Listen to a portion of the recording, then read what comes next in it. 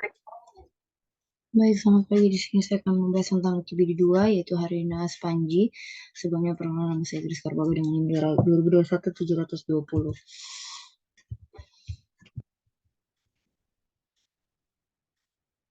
Ya, kasus Panji, seorang korban laki-laki berusia 21 tahun mengalami kecelakaan lalu lintas. Sepeda motor yang dikendarai ditabrak sebuah truk dari arah belakang. Ia terlempar ke arah depan dan tersungkur sehingga lutut kanannya membentur aspal. Ia tampak kesakitan sekali dan tidak mampu menggerakkan tungkainya. Di rumah sakit, Panji segera diberikan pertolongan, dipasang bidai pada tungkai kakinya. Pada pemeriksaan fisik ditemukan tungkai tidak dapat digerakkan, tampak perbedaan bentuk tungkai, bengkak, dan krepitasi. Selanjutnya Panji dipersiapkan untuk beberapa pemeriksaan radiologi. Hasil pemeriksaan menunjukkan adanya patah tulang pada bagian distal femur. Dokter menyarankan Panji untuk menjalani operasi daerah lutut. Keluarga Panji menanyakan kepada dokter tungkai kanannya yang cedera dapat berfungsi seperti sebelumnya.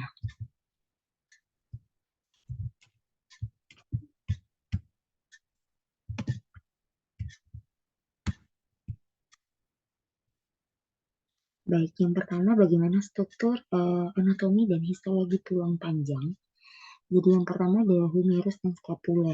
Kita bisa lihat di sini pada humerus terdapat eh, kolom anatomikum, tuberculum major, tuberculum minus, kolom tuberculum, sulcus intertubercularis, crista tuberculum major, dan crista tuberculum minoris, dan tuberosid deltoidoid, deltoidea, crista supracondylorus medialis, crista supracondylorus lateralis, fossa conoidea, fossa radialis, epindulus lateralis, dan capitulum humeri. Dan untuk scapula sendiri kita lihat terdapat namanya margo superior, angulus superior, incisora scapulae, column scapulae, margo medialis, fossa subscapularis, tuberculum infralumedale, margo lateralis, angulus anterior. Nah, ini untuk radius dan ulna kanan pada posisi supinaeus atau tampak anterior. Untuk radius sendiri kita bisa lihat ada caput radi, column radi, tuberosid radi, facies anterior, margo anterior, margo intersus, membrana interosea, dan juga processus steroideus radi. Untuk ulna sendiri ada facies anterior, margo anterior, margo interseus, ada corde obliqua, ada tuberosid ulnae, incisura radialis, processus coronadeus, incisura trocularis, dan coronum. Untuk permukaan persendian karpel pada radio sendiri ada processus styloideus cardi persendian dengan asparaginoidea. Dan untuk ulna sendiri ada incisura ulnaris, processus styloideus ulnae persendian dengan processus lunatum.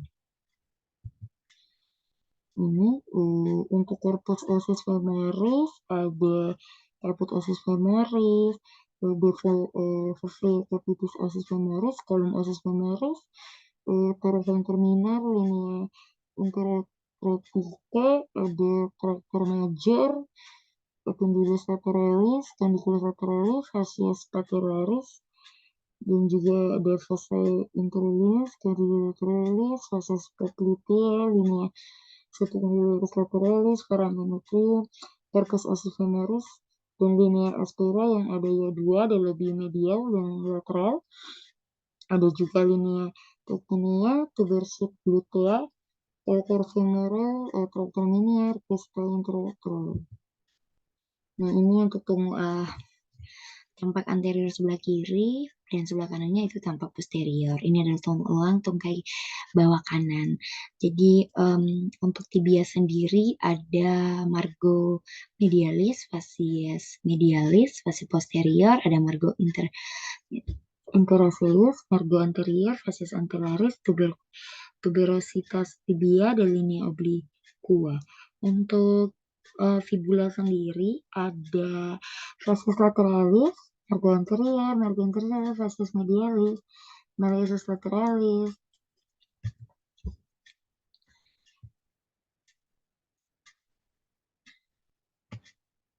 Untuk tampak anterior dengan perkataan ligamen.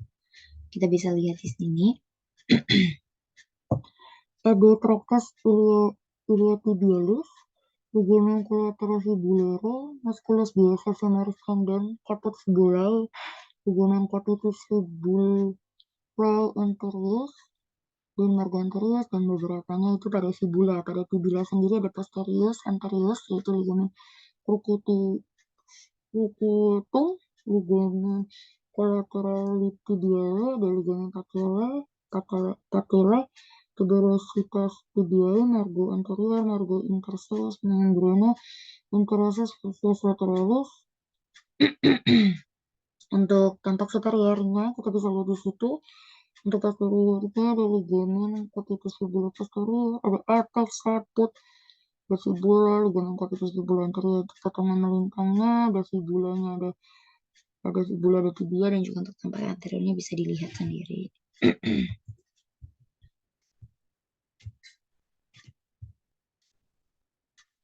Ini merupakan gambar dari osifikasi endokondral atau pembentukan tulang panjang atau potongan longitudinal dengan pewarna H dan E pembesaran lemak. Jadi ada zona istirahat, zona proliferasi, zona hipertrofi dan kalsifikasi, zona osifikasi, peristom luar, periosteum dalam, kerat tulang periosteum, osteoid dan tulang, folikel rambut, pembuluh darah, spikulum tulang,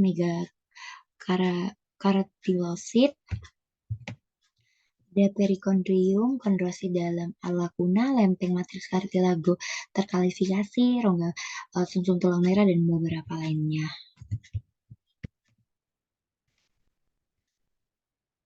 Ini merupakan osifikasi endokondral dengan zona osifikasi pewarna HF pembesaran 50, seperti ada yang kondrosit hipertrofik, sitoplasma bervakuol, spikulum cartilago, osteoblas, rongga sumsum, matriks cartilago hialin, kondrosit yang berproliferasi, perikondrium, periostum, dan jaringan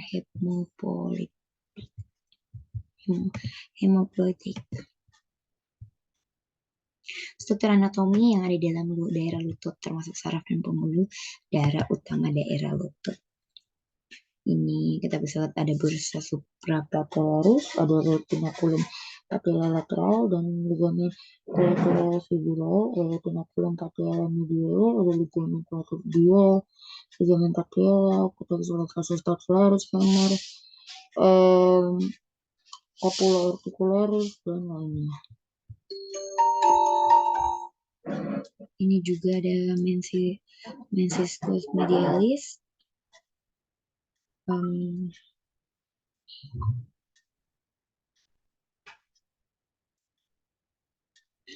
ligamen collateral tibiale, juga ada fibula, ada tibia, ada tuberositas tibia. Oke, next ini ada teres femoralis, ada canalis adductorius, ada anterior tibialis anterior. Di sini teman-teman bisa lihat.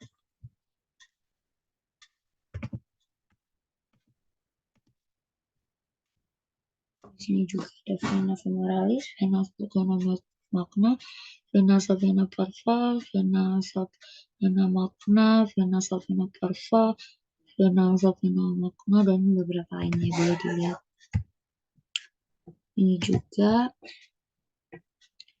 Ini merupakan gambaran dari patella, posisi kiri dan posisi kiri, posisi kanan. Jadi ada basis patellanya, basis anterior, dan apex patella, dan ini letak dari patella tersebut. Next,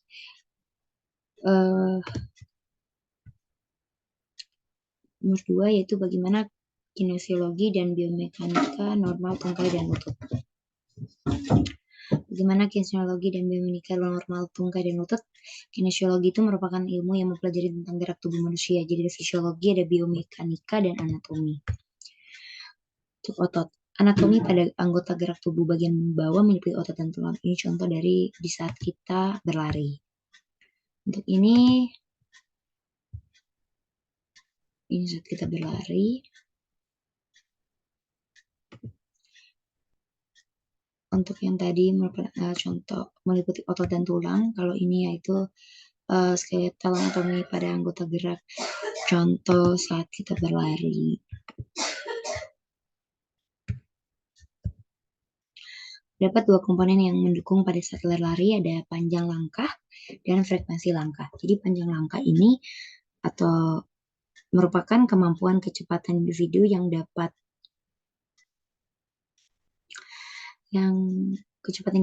diukur dari seberapa besar jarak yang dihasilkan dalam satu langkah. Jadi ini ada driving pesai, ada speed pesai, dan flight pesai. Ini yang pertama yaitu driving pulse atau fase di mana jarak horizontal center of gravity tubuh berada di depan kaki saat kaki akan take off. Yang kedua, flight pulse adalah fase di mana jarak horizontal center of gravity tubuh berada di posisi di udara. Untuk support pulse di mana ujung kaki menampak menjadi support berada di depan dari jarak horizontal center of gravity tubuh. Ini gerakan melangkah yang berulang-ulang secara bergantian antara tungkai kanan dan kiri itu disebut siklus melangkah. Frekuensi langkah adalah jumlah langkah yang dibuat pelari dalam waktu tertentu yang ditentukan oleh seberapa lama waktu tempuh untuk menyelesaikan satu langkah. Semakin langkah waktu perputaran kaki untuk menghasilkan langkah, maka makan sedikit langkah yang dibuat dalam waktu tertentu dan sebaliknya. Next, mengapa timbul nyeri? Bagaimana mekanismenya? Jadi mekanismenya adalah patah tulang atau fraktur, kerusakan di korteks pembuluh darah sumsum tulang dan jaringan lunak, terus terjadinya pendarahan, kerusakan tulang dan jaringan sekitarnya, menimbul hematoma, menyebabkan dilatasi kapiler di otot, meningkatkan tekanan kapiler, menstimulasi histamin pada otot yang iskemik, menyebabkan protein plasma hilang dan masuk ke interstitial, menyebabkan terjadinya edema yang terbentuk akan menekan ujung saraf dan juga menyebabkan sindrom compartment atau nyeri. Ini merupakan referensinya. Bagaimana mengenal tanda fraktur atau dislokasi. Jadi, tanda fraktur ini ada deformitas, pembengkakan, memar, spasme otot, nyeri, ketegangan, kehilangan fungsi, gerakan abnormal dan krepitasi, perubahan neurovaskular, dan shock. Untuk deformitasnya adalah pembengkakan dari pembuluh lokal yang dapat menyebabkan deformitas pada lokal fraktur. Untuk pembengkakan, edema dapat muncul segera sebagai akibat dari akumulasi cairan serosa pada lokasi fraktur secara ekstravasasi darah ke jaringan sekitar. Untuk memar terjadi karena pendarahan subkutan pada lokasi fraktur. Untuk spasme otot involuntar berfungsi sebagai bidai alami untuk mengurai gerakan lebih lanjut dari fragmen fraktur. Untuk nyeri, yaitu neurologis masih baik, nyeri akan selalu mengiringi fraktur, intensitas dan keparahan dari nyeri akan berbeda pada masing-masing klien. Ketegangan yaitu di atas lokasi fraktur disebabkan oleh cedera yang terjadi. Kehilangan fungsi karena nyeri yang disebabkan fraktur atau karena hilangnya fungsi pengungkit lengan pada tungkai yang terkena kelumpuhan juga dapat terjadi pada cedera saraf. Gerakan abnormal atau krepitas, gerakan dari bagian tengah tulang atau gesekan antar fragmen fraktur. Perubahan neurovaskular yaitu akibat kerusakan saraf perifer atau struktur vaskular yang terkait. Shock, fragmen tulang dapat merobek pembuluh darah. Perdarahan besar atau tersembunyi dapat menyebabkan shock.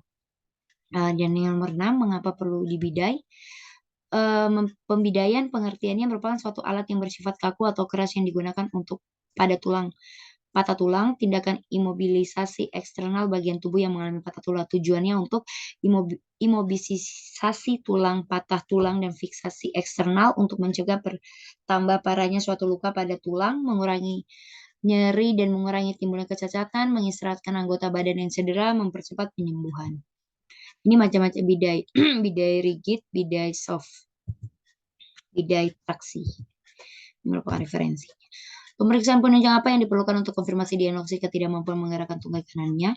Untuk informasi pada kasus, diketahui pada kasus itu ditabrak dari arah belakang, terlempar dan tusuk ke arah depan, lutut kanan membentur aspal, tungkainya tidak mampu digerakkan. Pertolongan pertama di RS adalah dipasang bidai di tungkai kanannya.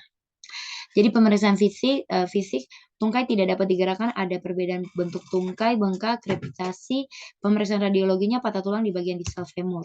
Nah, ini merupakan femur distal, jadi kita bisa lihat fraktur femur distal. Penyebabnya itu cedera tembak, pasien lansia mekanisme energi rendah, pasien muda itu trauma energi tinggi. Pengaruhnya kelainan bentuk tungkai, diskolakasi lutut meningkatkan cedera arteri poplitea. Ini kita bisa lihat di sini ya teman-teman, ini ada gambarnya. Untuk pemeriksaan fraktur femur distal, yang pertama ada anamnesis, pemeriksaan fisik, look, feel, move, dan pemeriksaan radiologi.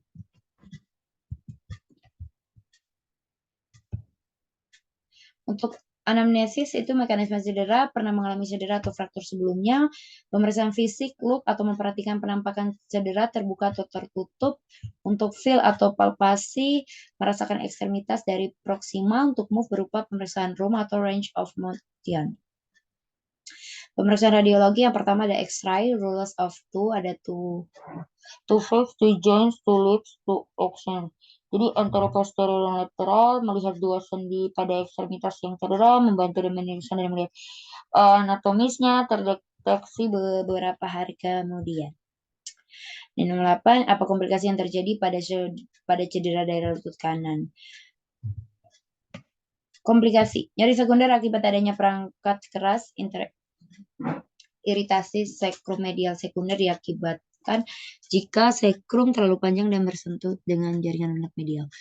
Malunion bukan arteritis pada kompartemen medial dan lateral, fiksasi fragmen distal menjadi ekstensi berlebihan atau fleksi juga dapat mengakibatkan orifice. Infeksi dapat terjadi hingga 3-16% untuk fraktur tertentu.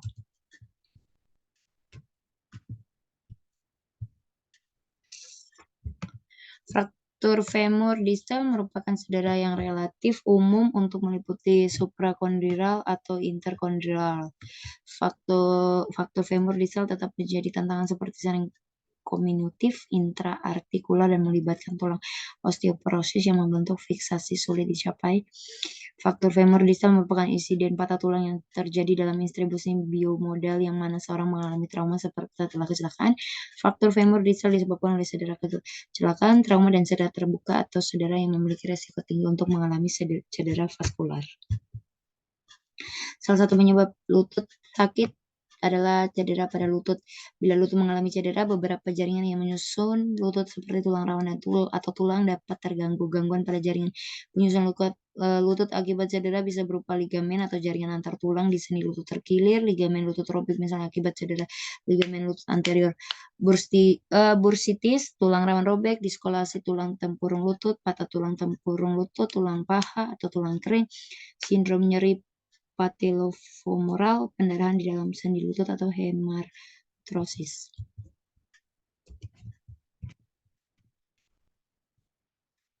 Ini merupakan referensinya. Bagaimana penggolongan fraktur, apa yang mendasarinya? Definisi fraktur: kerusakan struktur kontinuitas jaringan tulang. Fraktur dapat disebabkan akibat insiden trauma, stres repetitif, atau melemahnya tulang secara abnormal, atau fraktur patologis. Klasifikasi fraktur terbagi menjadi 12, yaitu fraktur berdasarkan tempat, yaitu fraktur femur, humerus, tibia, clavicula, ulna, radius, crucis, dan yang lainnya. Berdasarkan perluasan, yaitu terdapat 2 bentuk fraktur, yaitu fraktur completed dan fraktur incomplete. Ini berdasarkan bentuk garis patahan. Terdapat 9 jenis fraktur, bisa teman-teman lihat.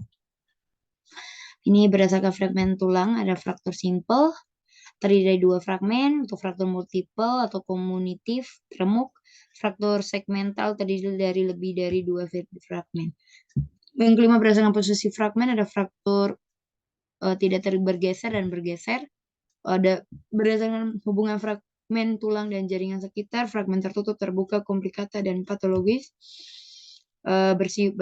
Berdasarkan sifat fraktur, luka yang ditimbulkan, ada fraktur tertutup dan terbuka.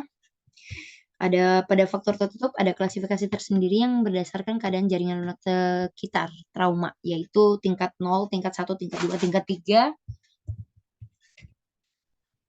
Terus ada fraktur terbuka bila terdapat hubungan antara fragmen tulang dengan dunia luar karena adanya permukaan kulit. Ini bisa lihat grade pertama itu dengan luka bersih kurang dari 1 cm panjangnya. Kerusakan jaringan lunak minimal biasanya setiap fraktur simple transverse dan fraktur oblik pendek. Kedua ada luka lebih dari 1 cm panjangnya. Dan yang ketiga yang sangat terkomunikasi. Dan yang ketiga ini ada 3A, 3B, 3C itu terbagi menjadi 3. Terus berdasarkan bentuk garis fraktur dan hubungannya dengan mekanisme trauma.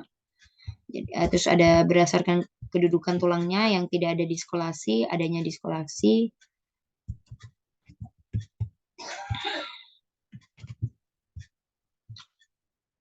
Terus berdasarkan posisi fraktur, satu batang tulang menjadi 3 bagian.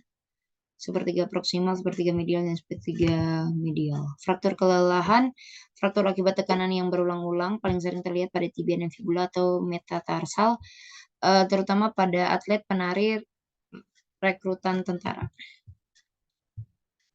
Terus fraktur patologis, fraktur yang diakibatkan karena proses patologis tulang. Fraktur dapat terjadi bahkan dengan tekanan normal jika tulang telah melemah oleh tumor atau jika terlalu rapuh atau penyakit Paget. Pemeriksaan penunjang apa yang dilakukan untuk menegakkan diagnosis? Pemeriksaan penunjang fraktur. Pemeriksaan penunjang yang dapat dilakukan mendiagnosis fraktur dan isolasi tulang belakang, pemeriksaan laboratorium, X-ray, CT scan, dan MRI. Laboratorium itu adalah pemeriksaan laboratorium yang diperlukan pada pasien dengan fraktur dan isolasi tulang belakang bertujuan untuk melihat adanya kerusakan organ akibat atau berkaitan dengan fraktur dan isolasi tulang belakang. Radiografi, pemeriksaan radiografi polos dapat menjadi salah satu pilihan pemeriksaan karena tersedia banyak disarankan kesehatan dan cost efektif. Hal yang dapat dilihat dari pemeriksaan ini adalah identifikasi fraktur, estimasi pemendekan tulang, kelurusan garis spinal.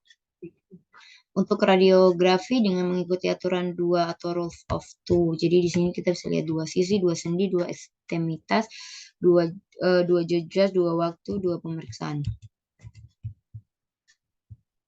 Next, yaitu radiografi dari foto sinar X dapat ditentukan tipe frakturnya, posisi pergeseran fragmen fraktur, keterlibatan fisis atau garis pertumbuhan, ekstensi garis fraktur ke dalam sendi, dan adanya patologi sebelum fraktur.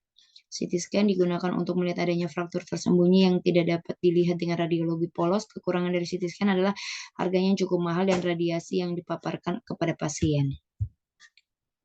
CT scan dibutuhkan untuk mendeteksi fraktur yang ringan dan terselubung. CT scan yang berguna untuk menggambarkan fraktur pada tulang yang berbentuk kompleks seperti tulang belakang, tulang wajah, bagian ujung tulang panjang, dan tulang pelvis. Karena dengan pemeriksaan sinar X, gambaran yang diperoleh dapat superimposisi tulang sehingga menyulitkan deteksi fraktur.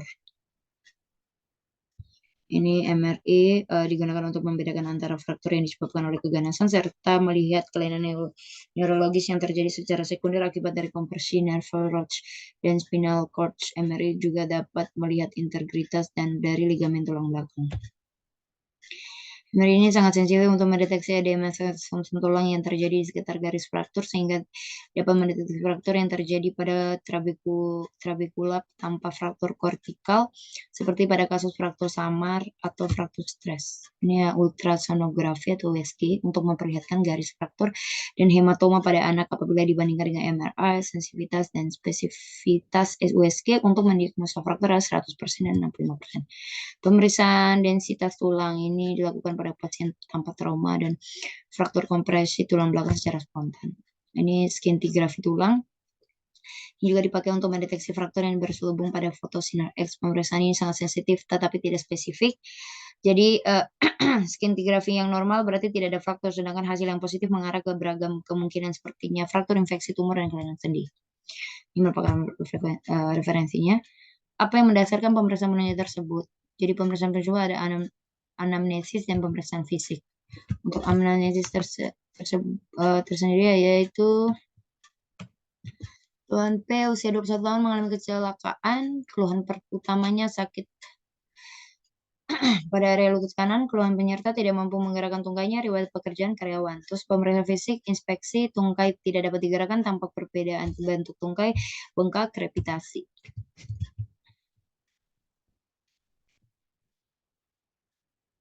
Untuk pemeriksaan penunjang, pada pasien Tuan P dilakukan pemeriksaan penunjang menggunakan pemeriksaan radiologi dan hasil pemeriksaan adanya patah tulang di bagian distal femur. Apa yang mendasari pasien tersebut harus dirujuk? Jadi dasar pasien dirujuk itu hasil pemeriksaan penunjangnya. Jadi penegakan diagnosis pemeriksaan penunjang hasil tidak bisa ditangani oleh dokter primer dan dirujukan diberi ke dokter spesialis. Kaitan dengan kasus. Jadi pasien setelah dilakukan pemeriksaan penunjang radiologi dan ditemukan adanya patah tulang pada bagian distal femur, selanjutnya pasien dirujuk oleh dokter untuk dilakukan tindakan medis lanjutan yaitu operasi atau pembedahan.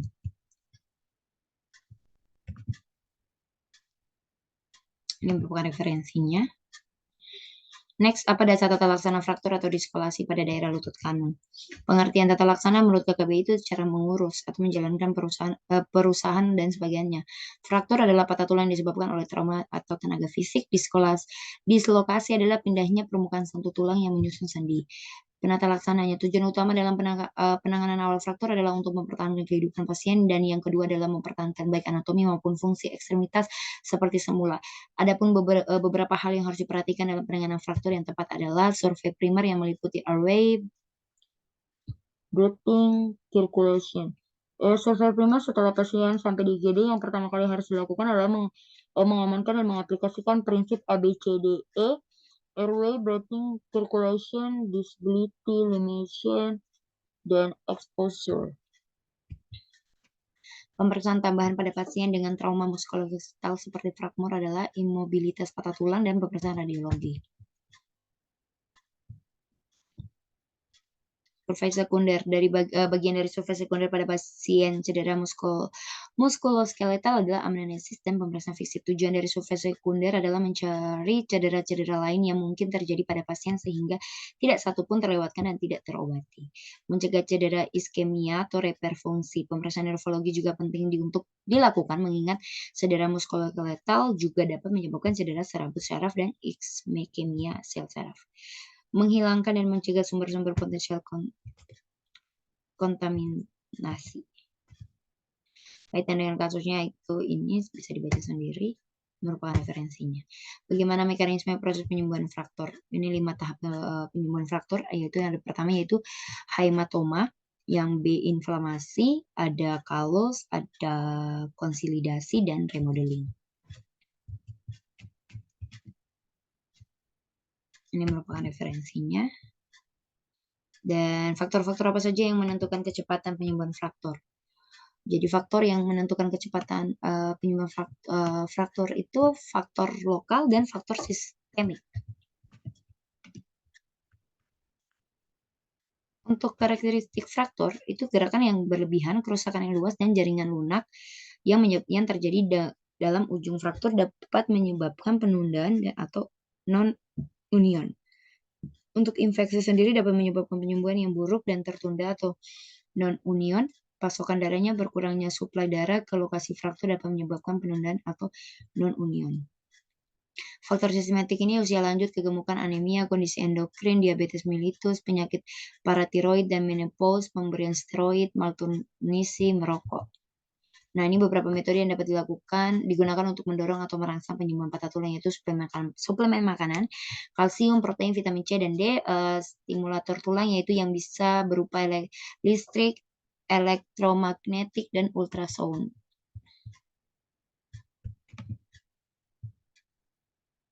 Beberapa metode yang dapat dilakukan untuk mendorong merangsang penyembuhan patah tulang yaitu cangkok tulang, melibatkan penggunaan tulang untuk membantu memberikan perancah pada tulang yang baru terbentuk.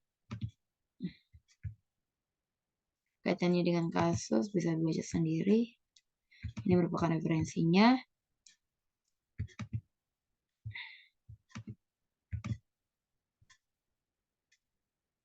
Baik, sekian dan terima kasih.